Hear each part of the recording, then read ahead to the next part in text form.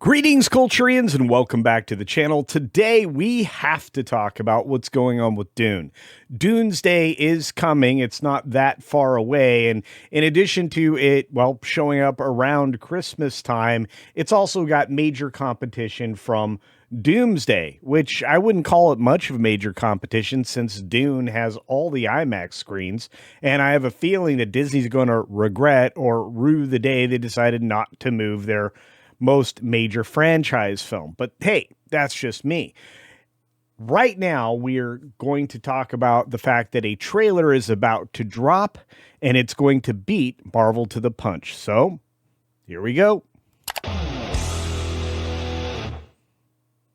Now, before we get started, just a real quick reminder, I'm trying to get to 50K. So all you have to do to help me out is make sure that you're subscribed to the channel. If you see the little button down there that says subscribe, not clicked, it doesn't say subscribed, then click it and then turn it, well, I guess to gray or whatever color it's going to change to. And then hit that little silver bell icon and turn on all notifications. And that's it. Other than that, hit the thumbs up button and let me know what you think about this particular story.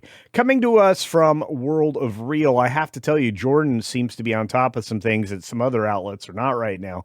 And I want to get into the Dune Part 3 trailer set to drop next week.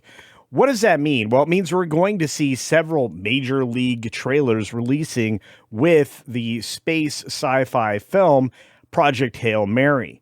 In case you were wondering about that, the trailer for Denis Villeneuve's Part 3 will be released next week. It'll also be attached to Project Hail Mary screenings worldwide, which means I'm going to get to see this and I'm very excited about it. Maybe after watching the Dune Part 3 trailer, we'll get a clearer picture of what Villeneuve is tackling. Will it be a straight-up adaptation of Frank Herbert's Dune Messiah, or will Villeneuve also be tackling the ensuing book, Children of Dune? I have no idea what's going to happen here. I just want it to be good. I've been worried about this since he actually kind of set himself up for failure at the end of the second film, getting very far away from Churi's character specifically, but also kind of making this seem like it might not go the wrong way, which it absolutely will. And that's a big worry for real fans of the franchise. We've been worried about this since before I could even remember. Even wonderful positive people like Nerd Cookies, a Dune enthusiast and expert, has also been concerned with what we're about to get. So what are we getting? Well, Herbert's Messiah is notoriously dense. It's slow burning. It's not a intense action movie. And it's probably not going to be super crowd pleasing, at least from the book perspective. And Atreides becomes a full-on tyrant. He goes crazy mode. And he's driven by, well, war and many other things in pursuit of his goals. If Villeneuve stays faithful to the book, we're in for a very different kind of movie than the first two. Less spectacle, more political and spiritual delusionment. And here's the thing. I don't think there's money in that. And I think this is something that, Denis actually realizes. If he pursues the book path, which he clearly was deviating from at the end of the second film, then we are going to have a lot of people displeased with this. It's going to get a lot of negative word of mouth, and it's still going to be hung up on IMAX screens for a period of time where a lot of Doomsday enthusiasts are going to be a little frustrated. Those big screens are really set up and reserved for Dune. And so any PLF is going to be just showing this Dune film, which may not be in demand, and that would be a tragedy. In fact, Dune Part 3 stars everybody who was there before, from Timothy Chalamet to Zendaya, Florence Pugh, and Anna Taylor-Joy. You've got Jason Momoa, Rebecca Ferguson, Josh Brolin, Robert Pattinson, and Noka Wolf-Momoa, along with many other key roles here. And again, it's December 18 for this film, along with Doomsday. I really do hope that I get an early screening of either of those two films, because I'll be able to get the easy run on dropping a couple of reviews at a time when it's going to be a pretty busy market, especially for all of you to keep up with. And one final note, am I hyped to see this trailer? Yeah.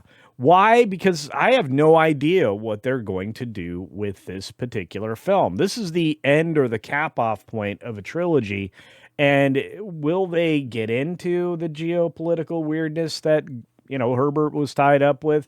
Or will they find a way to give us more action, something more engaging? There are several elements that have been completely and entirely left out of the lore we have to date. Is this a period of time where they can introduce that retroactively to increase interest and excitement? I hope so, because otherwise I feel like this film might be a little drier than the audience is used to, and that could be very disappointing. The good news is I have a good feeling about the performance of Timothy Chalamet. Why? Because he's been doing so well with so many other films and franchises he actually lifted out of what would have been its grave and restored them. He could have absolutely contributed to the demise of the Wonka film, and despite the fact that I did not like the changes to that, it kind of worked, and it was all because of him and his charisma essentially carrying it. And then most recently, the Oscar bait film Marty Supreme that a lot of people really enjoyed and kind of moved him into a place of his own. Not to mention a couple other picks in between. This guy has the kind of chops, the gravitas, to lead a project to fruition and make it successful. But the question is, what do you think? Do you think Timothy Chalamet can lift this from where it could be, a film that would be rather boring to most of the film goers who've been seeing the first two films? Do you think for a change, Zendaya actually will bring some action and some thrills to something? Do you think she actually has more than 3 facial expressions? And will she use any of them in the film? And finally, will we get the real conversation about the birth of Atreides' son? It's a good question. We'll find out. Paul Moadib is in, demand.